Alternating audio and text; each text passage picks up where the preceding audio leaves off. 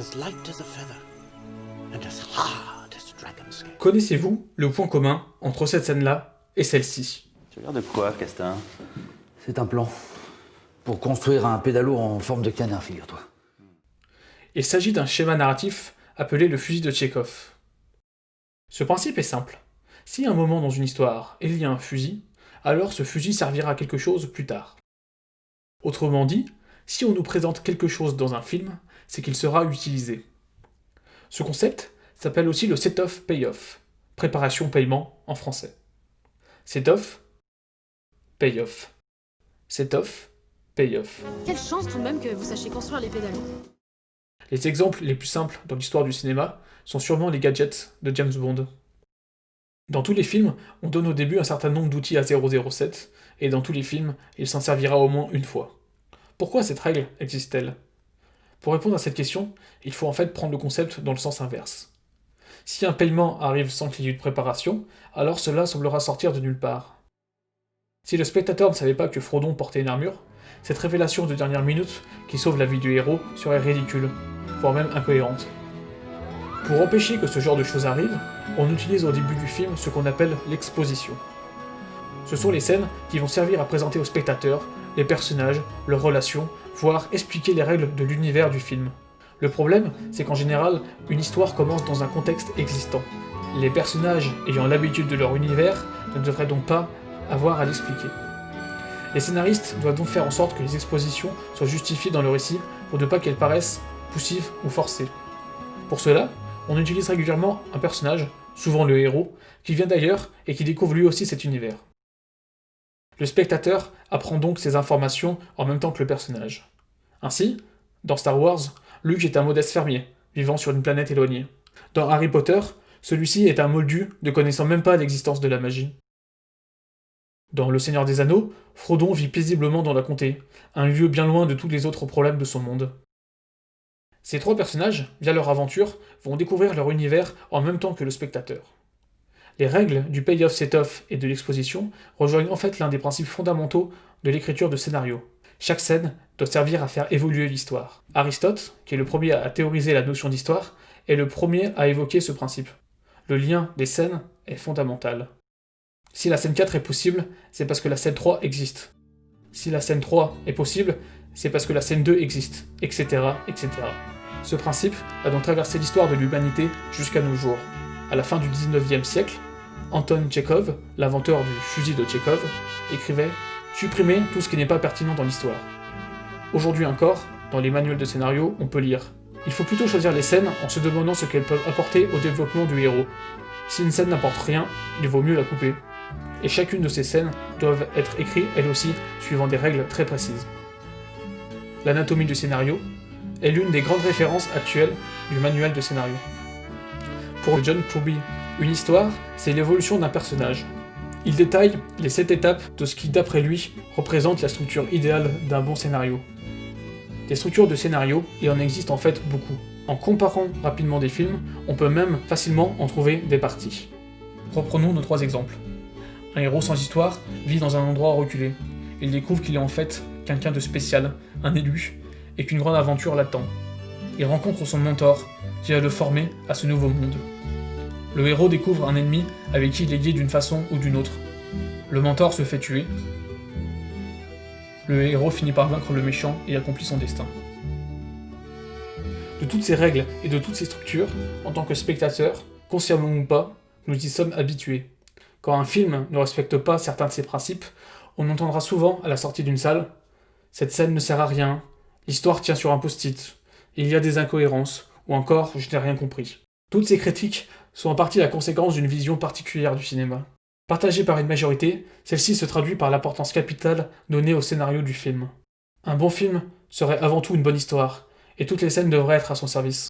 L'idée de cette vidéo est d'essayer de prendre de la distance par rapport à cette vision, de penser le film autrement que par son rapport de soumission à l'histoire. Et enfin de montrer que toutes les règles de scénario précédemment citées ne sont pas forcément indispensables à la création d'un bon film. Je n'ai pas pour but de critiquer la structure classique du scénario. Elle fonctionne, c'est indéniable, et elle a été utilisée pour écrire des milliers et des milliers de très bons films. Mais le but est de vous montrer qu'il existe autre chose. D'ailleurs, ne serait-ce qu'historiquement, les règles d'Aristote ont souvent été critiquées. Par exemple, le romantisme allemand les trouvait trop strictes, et des œuvres de Shakespeare vont à l'encontre de certaines d'entre elles. Mais concentrons-nous sur le cinéma. Prenons la scène du duel du film Le Bon, la Brute et le Truand. Elle dure quasiment 10 minutes.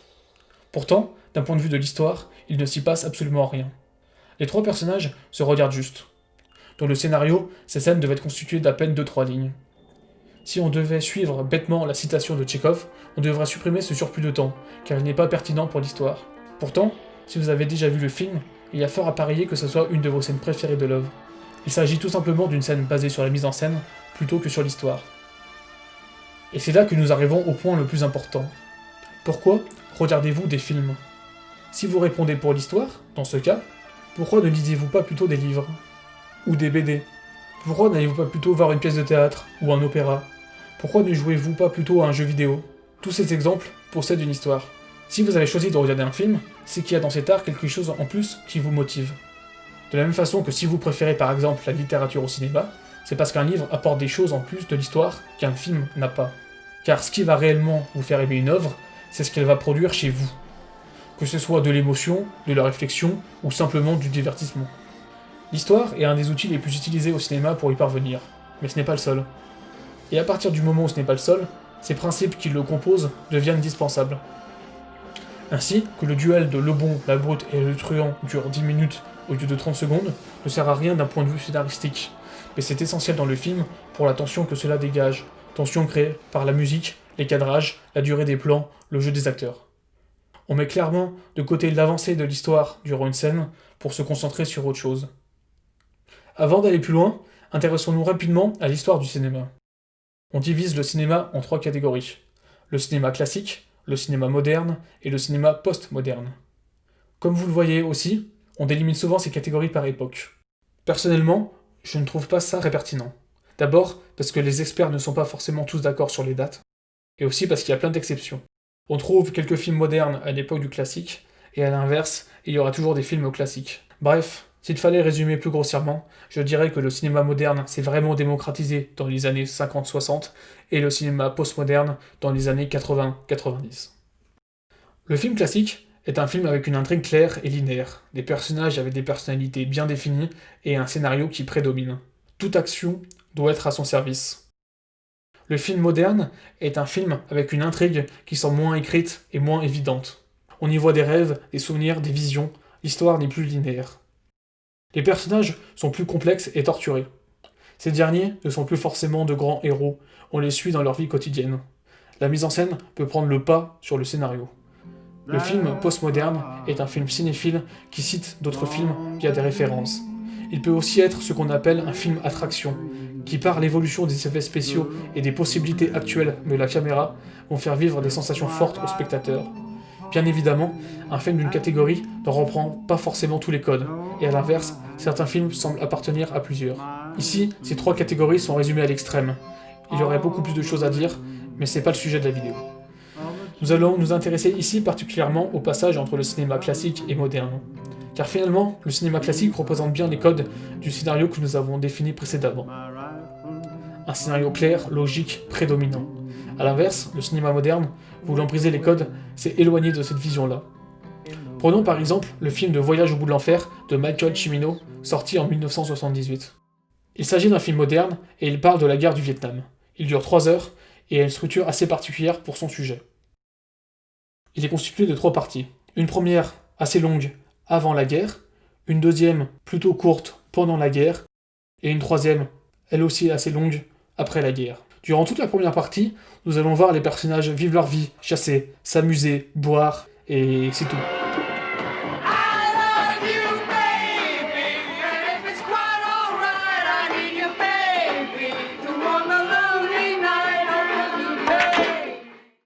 Certaines scènes sont bien sûr des préparations pour la suite du film, mais la plupart n'ont aucun impact sur l'histoire. Chacune de ces scènes peut être supprimée, inversée, réduite ou allongée. Cela ne changera rien à l'histoire du film. Qu'il y ait 4 scènes où on les voit s'amuser au lieu d'une seule ne joue ni sur l'évolution des personnages, ni sur leur caractérisation. Nous sommes bien loin de la logique de cause à effet de Tchekhov ou de Troubi. Ici, on met en pause l'histoire pour montrer les héros dans leur quotidien et pour construire l'attachement du spectateur au personnage. C'est cet attachement qui rendra le reste du film aussi fort et puissant. Ce film ne suit donc pas les règles classiques du scénario, et pourtant il possède une structure assez simple et évidente. Montrer le avant, le pendant et le après d'une guerre, et quel effet cela a sur le quotidien des gens. Ne pas suivre les règles et la structure classique d'un scénario ne veut donc pas dire aller dans tous les sens et ne suivre aucune règle. C'est juste une autre façon de faire. Même s'il s'agit d'un film très apprécié, cette première partie rebute beaucoup de spectateurs, trop habitués pour certains au code classique du scénario. Ça n'avance pas, ça ne sert à rien, on s'ennuie. Personnellement, je trouve ces scènes magnifiques. Je pense qu'un personnage n'est jamais aussi attachant que quand il s'amuse et que quand il parle de ce qu'il apprécie lui. Bloqués dans les codes parfois étouffants du scénario classique, les personnages ne parlent souvent que de sujets fonctionnels, prétexte à faire avancer l'histoire. Des personnages trop écrits et sans âme. Ici, c'est justement en disant et en faisant des banalités que ces personnages sont intéressants et attachants. Ce genre de scènes du quotidien se retrouve dans un grand nombre de films modernes. Certains spectateurs reprochent donc aux scènes de fête de ce film de ne pas avancer, d'être inutiles. Comme nous l'avons vu, cette considération est uniquement une considération scénaristique. C'est le scénario que ça ne fait pas avancer, et non le film. Pourtant, avec un peu de recul, on se rend compte que cela arrive souvent dans les films. Prenons par exemple les films d'action et les comédies musicales. Certaines fois, les scènes d'action et les scènes de danse s'inscrivent parfaitement dans le scénario et font avancer l'histoire. Mais bien souvent, cela n'est pas le cas. La situation de l'histoire est exactement la même au début et à la fin de la scène. C'était surtout l'occasion de montrer une scène d'action impressionnante ou une chorégraphie stylisée. Et ça, personne s'en plaint. Pourquoi ? Justement parce que quand le spectateur va voir un film d'action ou une comédie musicale, c'est justement pour voir ça. Il est important de comprendre que ces exemples de scènes qui ne font pas évoluer l'histoire sont loin d'être des cas isolés. Ils ont d'ailleurs déjà été théorisés eux aussi. En 2007, Claire Mercier nomme ces scènes des stases. Mais on peut aussi remonter aux origines du cinéma. En 1918, Freeburg parle de deux types de scénarios. Les scénarios en cordes et les scénarios en collier de perles. Dans les premiers, les scènes sont solidement liées entre elles. Dans les deuxièmes, chaque scène peut être ajoutée et retirée sans que cela joue sur la qualité du film. Mais allons encore plus loin dans le raisonnement du film d'action, et parlons de Mad Max Fury Road. Ce film possède une certaine radicalité dans le sens où il s'agit d'une immense course-poursuite durant quasiment tout le film. Il s'agit encore une fois d'un film globalement très apprécié. Mais ceux qui n'ont pas aimé lui reprochent justement un manque de scénario. Pourtant, on peut aisément appliquer les 7 étapes de la structure narrative de Truby au film. Un héros solitaire, qui va devoir s'allier à d'autres personnages pour survivre, face à un ennemi qui veut récupérer ses alliés. Ils vont fuir dans un territoire supposément meilleur, ils finiront par vaincre son ennemi, et il comprendra l'intérêt du travail d'équipe. Le personnage a bel et bien évolué au cours du film. Dans ce cas, pourquoi en voyant Mad Max Fury Road, on a l'impression qu'il n'y a pas de scénario ? Tout simplement parce que ce n'est pas l'intérêt du film. L'intérêt du film, c'est l'action. C'est cette course-poursuite effrénée, parfaitement mise en scène et ultra jouissive. Tellement de choses se racontent et évoluent par l'action, l'univers, les enjeux et la relation des personnages. Pour arriver à faire tenir l'action aussi longtemps sans lasser le spectateur, il faut une maîtrise de rythme qui tend vers la perfection. À partir du moment où on prend un tel pied devant un film, en quoi le fait que l'histoire n'est pas centrale est un problème ? Je pense en fait qu'avec le temps, un cliché est apparu sur le cinéma. Le scénario est tellement devenu le critère le plus important que quand un film ne s'en sert pas comme élément principal, on le met dans une certaine case. On les considère comme des films un peu bébêtes, sans prétention. Le genre de film qu'on va voir entre potes, sans se prendre la tête. Des films qu'on a parfois un peu honte d'aimer. Le film d'action est clairement victime de ça. Il en existe pourtant des très grands. Et je pense que Mad Max Fury Road en fait partie, et qu'il montre un savoir-faire hors norme. Ce qui est intéressant, c'est d'ailleurs de constater que des genres entiers rétrogradent l'histoire à un outil secondaire. Le burlesque américain, dans sa forme première, où le gag est prédominé. Tout part souvent d'une idée, et le reste est inventé spontanément lors du tournage. Les personnages n'ont pas de nom, pas de contexte et pas de relation. Par exemple, dans Charlot rentre tard, on suit simplement le héros qui, durant toute la durée du court-métrage, va essayer d'accéder à sa chambre alors qu'il est complètement saoul. Le surréalisme, où on délaisse toute logique narrative, les cinéastes essayent plutôt de représenter la pensée humaine, l'onirisme et le rêve. Par exemple, un des films surréalistes les plus connus est Un chien andalou, de Buñuel et de Dali. Il s'agit d'un cadavre exquis. L'exercice du cadavre exquis consiste à écrire un scénario à plusieurs, où chaque scénariste doit écrire une scène sans prendre en compte ce qui a déjà été écrit avant. Le cinéma expérimental va encore plus loin. Ces cinéastes déplorent la trop grande influence du théâtre sur le cinéma, et veulent un cinéma non narratif, pas d'histoire ni de personnages. Si le film d'action et le burlesque sont des genres très populaires, à l'inverse, le surréalisme et l'expérimental sont des genres jugés comme élitistes et très difficiles d'accès. On peut donc voir qu'il n'y a pas d'un côté le cinéma de divertissement sans histoire, et de l'autre le cinéma artistique centré sur l'histoire. Tous les types de cinéma réfléchissent leur rapport à la narration. Il y a aussi ce que j'appelle les films expériences, qui essayent de faire vivre des sensations aux spectateurs. Par exemple, l'expérience de la guerre, l'expérience d'un bad trip, l'expérience d'un massacre, ou encore l'expérience de se faire enterrer vivant durant 1 heure et demie. Ces œuvres ont toute une histoire, mais elle est plus ou moins mise de côté suivant les films pour se concentrer sur ce qu'on fait ressentir aux spectateurs. Dans Dunkerque, les personnages ne sont même pas nommés. On ne peut pas être plus clair dans les intentions du film. C'est vous les personnages, c'est vous qui allez vivre le film. Beaucoup de films n'assument d'ailleurs pas vraiment ce parti pris, notamment dans les blockbusters, qui se sentent obligés de construire autour de ça des histoires sans intérêt, avec des relations et des enjeux vus et revus, qui viennent énormément alourdir le film. Quand on voit ça, on peut encore que saluer l'efficacité de Mad Max. Aucun surplus. L'incohérence est souvent l'argument qui revient le plus souvent pour critiquer une histoire.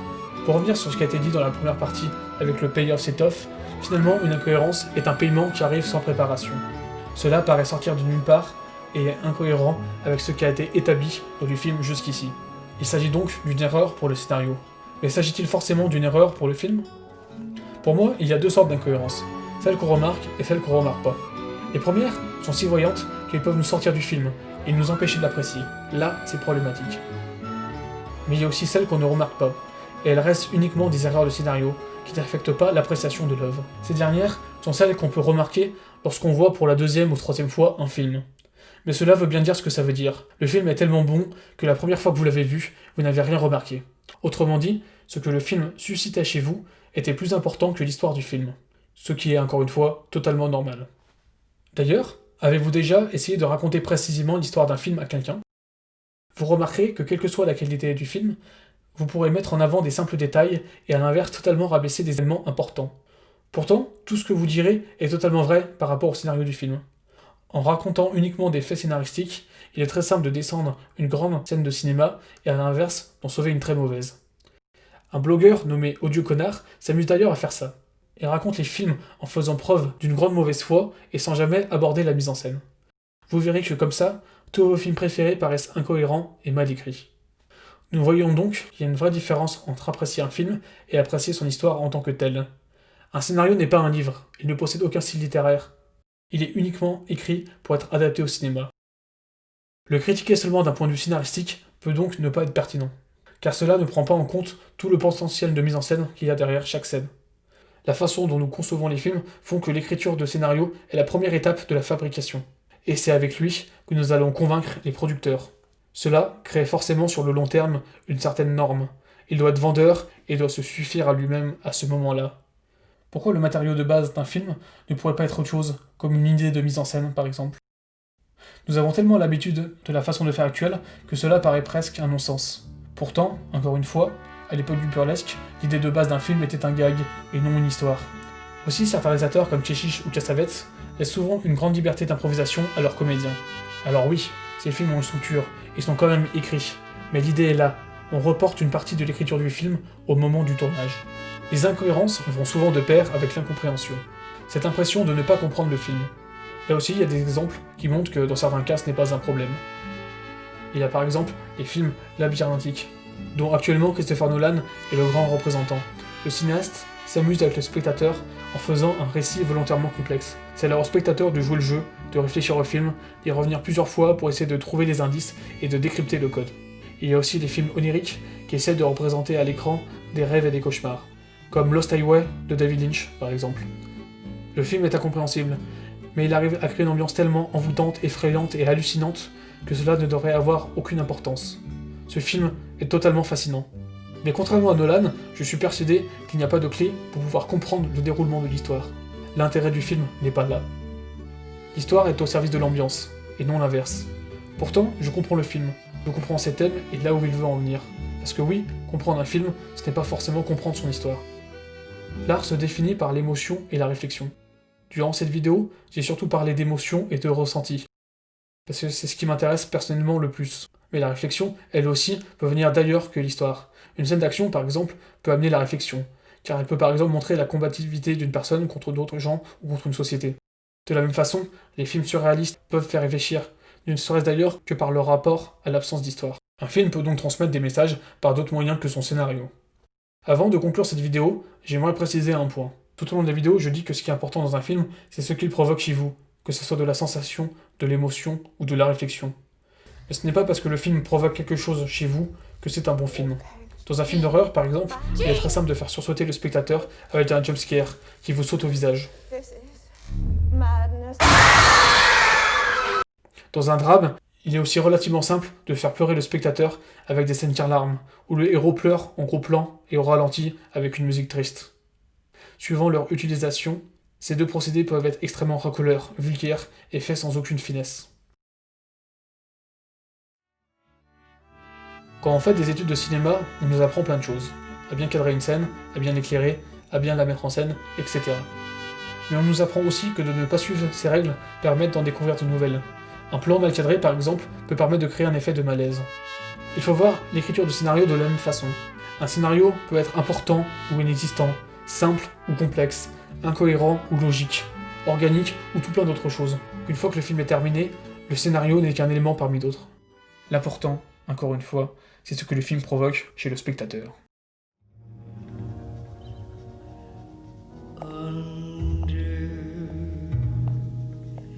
The sycamore tree.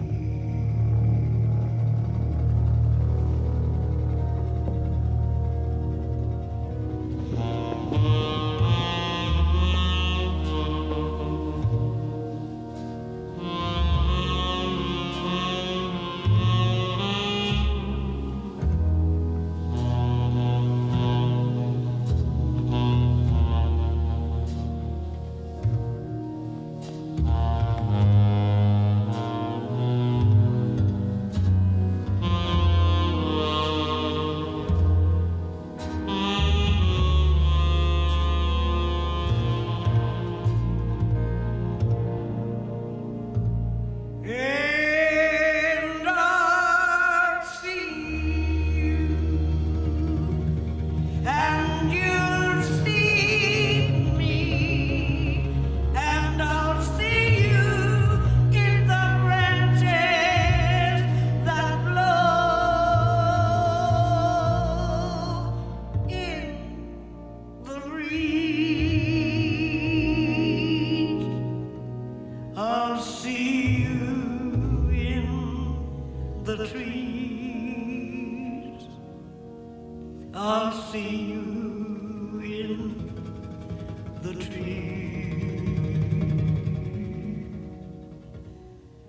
Under the sycamore.